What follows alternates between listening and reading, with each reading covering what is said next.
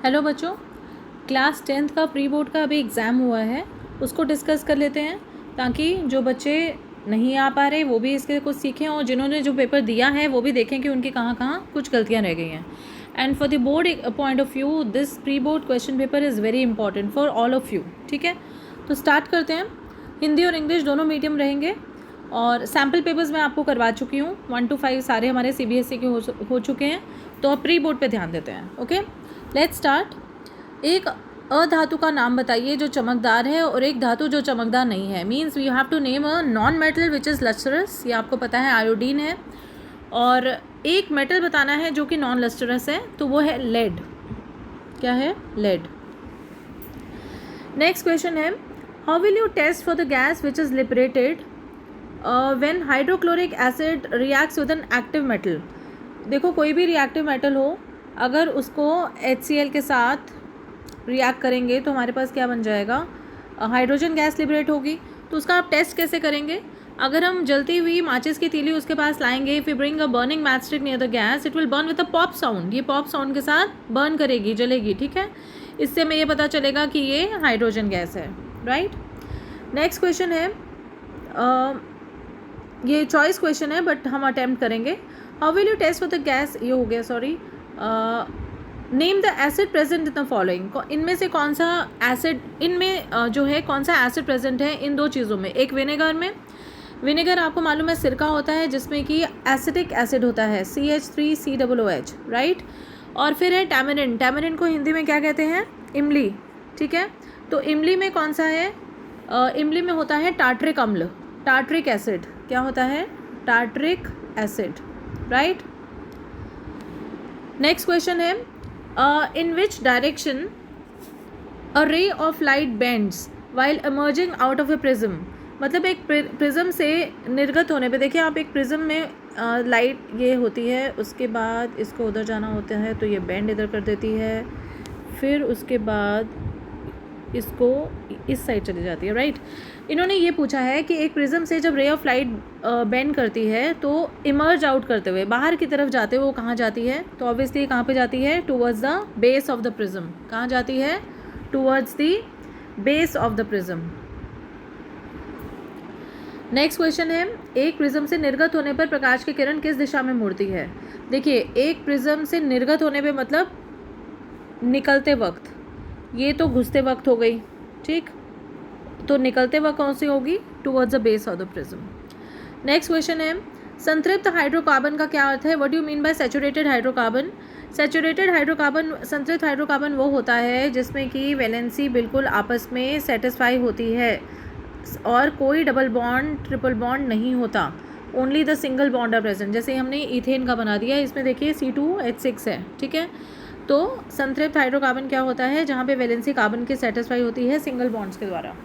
Next question है, give an example of optical phenomenon which occurs in nature due to atmospheric refraction. तो atmospheric refraction के से twinkling of stars आप बोल सकते हैं, मतलब ऐसी परिघटना का उदाहरण दीजिए जिसमें कि अपवर्तन हो। तो तारों का टिमटिमाना जिसे कहते हैं, या फिर ट्विंकलिंग ऑफ स्टार्स कहते हैं, या सूर्योदय का सूर्योदय होना या सूर्यास्त होना। ठीक है, ये वाले सारे जो फिनोमिनन हैं ये किसकी वजह से होते हैं? वायुमंडलीय अपवर्तन या एटमॉस्फेरिक रिफ्रैक्शन की वजह से, राइट। नेक्स्ट क्वेश्चन है, अवतल दर्पण द्वारा, क्वेश्चन नंबर 6 है, अवतल दर्पण द्वारा निर्मित प्रतिबिंब की प्रकृति क्या होगी यदि दर्पण द्वारा उत्पन्न आवर्धन +3 है? What is the nature of the image form by the concave mirror if the magnification produce by the mirror is +3? देखिए बेटा, +3 है तो इसका मतलब ये जो मैग्निफिकेशन प्लस है ये क्या इंडिकेट करता है कि इमेज है वर्चुअल है, इरेक्ट है और इनलार्ज है। वर्चुअल मतलब आभासी है, इरेक्ट मतलब सीधी है और इनलार्ज मतलब आवर्धित है, राइट। नेक्स्ट क्वेश्चन है, why a ray of light passing to the centre of curvature of a concave mirror gets reflected along the same path. एक अवतल दर्पण से वक्रता केंद्र से होकर गुजरने वाली प्रकाश की एक किरण उसी मार्ग से परिवर्तित क्यों हो जाती है? आपको मालूम है ना, सेंटर ऑफ कर्वेचर से जो निकलती है तो उसी में रिफ्लेक्ट हो जाती है वापस। तो ऐसा क्यों होता है? इसका रीज़न ये है कि जो रे पास करती है सेंटर ऑफ कर्वेचर से, जो इंसिडेंट होती है, और उस पर एक्चुअली जो एंगल आई होता है एंगल आर के बराबर होता है, वो भी दोनों का 0 डिग्री होता है। तो इसकी वजह से वो जहाँ से निकलती है वहीं से वहीं वापस चली जाती है। ठीक है, तो ये हमारा आ जाएगा answer number 6। Now next question is question number 7। निम्नलिखित में से चुंबकीय क्षेत्र की दिशा बताइए कि state the direction of magnetic field in the following case. तो इसमें ये होगा perpendicular to the plane of paper. क्या हो जाएगा? It will be perpendicular to the plane of the paper in the outward direction हो जाएगा by using Fleming's left hand rule. Fleming का लेफ्ट हैंड रूल जब हम लगाएंगे तो ये आउटवर्ड डायरेक्शन में आएगी, या किसके परपेंडिकुलर आएगी? पेपर के परपेंडिकुलर, राइट। तो ये हमारा आंसर आ जाएगा। क्वेश्चन नंबर 8 है state the rule to determine the direction of magnetic field produced around a straight current carrying conductor. मतलब सीधे धारावाही चालक के चारों ओर उत्पन्न चुंबकीय क्षेत्र की दिशा निर्धारित करने के लिए कौन सा नियम बताएंगे स्ट्रेट कंडक्टर के लिए? तो ये होगा राइट हैंड थंब रूल। कौन सा हो जाएगा? Right hand thumb rule, right. ठीक है, तो उसके बाद हमारा आ जाएगा किसी चालक में उत्पन्न ऊष्मीय ऊर्जा के बीच संबंध लिखें जब उसके टर्मिनलों पर विभवांतर V हो और t समय के साथ विद्युत धारा I प्रवाहित हो। Means we have to write the relation between the heat energy produce. Heat energy का अगर आपको फॉर्मूला याद हो तो V into I into T है फॉर्मूला। ठीक है, तो ये हमारा फॉर्मूला ये आ जाएगा। नेक्स्ट क्वेश्चन है हमारा name a device that helps to maintain a potential difference across the conductor. आपको मालूम है वोल्ट मीटर जो होता है वो एक ऐसा है जो कि आपको विभवांतर के बारे में मापन देता है, राइट। नेक्स्ट है what is the structural and the functional unit of kidney. वृक्क की संरचनात्मक एवं कार्यात्मक इकाई क्या है? तो इंग्लिश में इसको नेफ्रॉन कहते हैं और हिंदी में इसको वृकाणु कहते हैं, राइट। तो ये आ जाएगा हमारा क्वेश्चन नंबर 10। क्वेश्चन नंबर 11 आएगा कि रुधिर के उस घटक का नाम बताइए जो चोट लगने की स्थिति में रुधिर का थक्का जमाता है। Name the component of the blood that helps in the formation of a blood clot. तो आपको मालूम है प्लेटलेट्स होते हैं ऐसे जिनका काम होता है ब्लड क्लॉट जमाना। ठीक है, फिर उन्होंने पूछा name the process in plants where the water is lost as water vapour. तो इवेपोरेशन आ जाएगा इंग्लिश में और वाष्पीकरण आ जाएगा हिंदी में। नेक्स्ट क्वेश्चन है हरे पौधों को उत्पादक क्यों कहा जाता है? Why the green plants are called producers. तो प्रोड्यूसर्स इसलिए कहा जाता है because in the presence of sunlight वो फोटोसिंथेसिस प्रोसेस करते हैं जिसको कि प्रकाश संश्लेषण की प्रक्रिया भी कहते हैं। इस प्रक्रिया से वो अपना खाना भी बनाते हैं और एटमॉस्फेयर को ऑक्सीजन भी देते हैं। ठीक है, इसलिए उनको प्रोड्यूसर कहा जाता है। फिर है कि why are trophic levels limited in a food chain. कि आहार श्रृंखला में पोषक स्तर इतने लिमिटेड क्यों होते हैं? क्यों लिमिटेड होते हैं? क्योंकि जब हम एक ट्रॉफिक लेवल से दूसरे ट्रॉफिक लेवल में जाते हैं तो there is the decrease of energy, loss of energy होता है, तो इसलिए लिमिटेड लेवल होते हैं। ठीक है, नेक्स्ट क्वेश्चन है कि हमारे शरीर में वसा का पाचन कहाँ होता है? Where does the digestion of fat takes place in a body. तो हमारे किसका होता है, कहाँ पे होता है? हिंदी में शुद्धांत्र कहते हैं और इंग्लिश में स्मॉल इंटेस्टाइन कहते हैं। ठीक,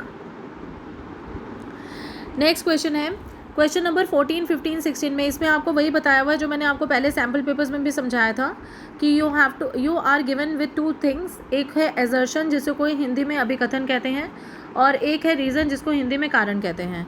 आपको इनमें से देखना है कि जो अभिकथन है वो सही है या उसका कारण सही है, क्या है रीज़न, और उसके बाद आपको इन चारों ऑप्शन से चुनना है कि इसमें से सबसे ज़्यादा फिट कौन सा होता है। देखो, पहला है इंग्लिश में है कि there is generally a greater number of individuals at the lower trophic levels of an ecosystem. इसका रीज़न इन्होंने दिया हुआ है कि energy available for the next level of consumers keeps on increasing. देखो, पहला दिया है कि पारितंत्र के निचले जो पोषित स्तर हैं, जो निचले पोषित स्तर हैं वहाँ पर जीवों की संख्या अधिक है, ये चीज़ दी हुई है।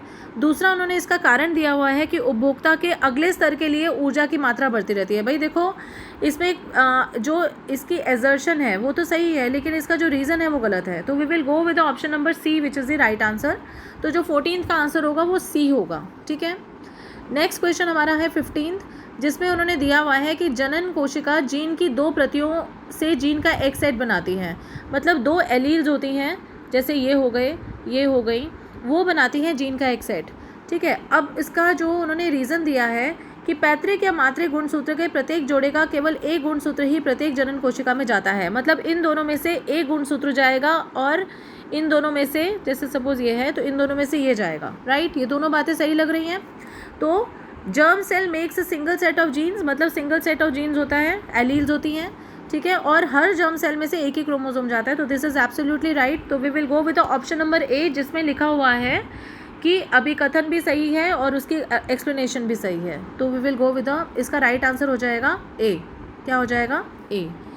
नेक्स्ट है क्वेश्चन कि मेंडल के प्रयोग में F1 पीढ़ी के पौधों में केवल लंबाई का गुण दिखाई दिया। मतलब in Mendel's experiment rate of tallness was expressed in the plants of F1 generation. बिल्कुल सही है, F1 में हमें दिखता ही सारे टॉल हैं, राइट।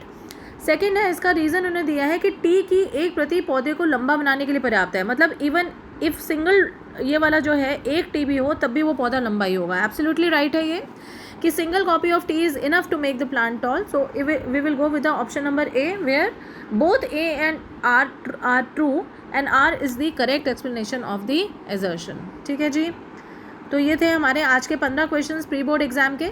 कल फिर आऊँगी मैं अगले 15 क्वेश्चन लेकर, ताकि आपके रिवीजन भी हो और जो जो गलतियाँ आपने प्री बोर्ड में करी हैं वो आप बोर्ड पेपर्स में ना करें। All the best, take care, corona से बचिए और stay home, stay safe, take care, bye bye.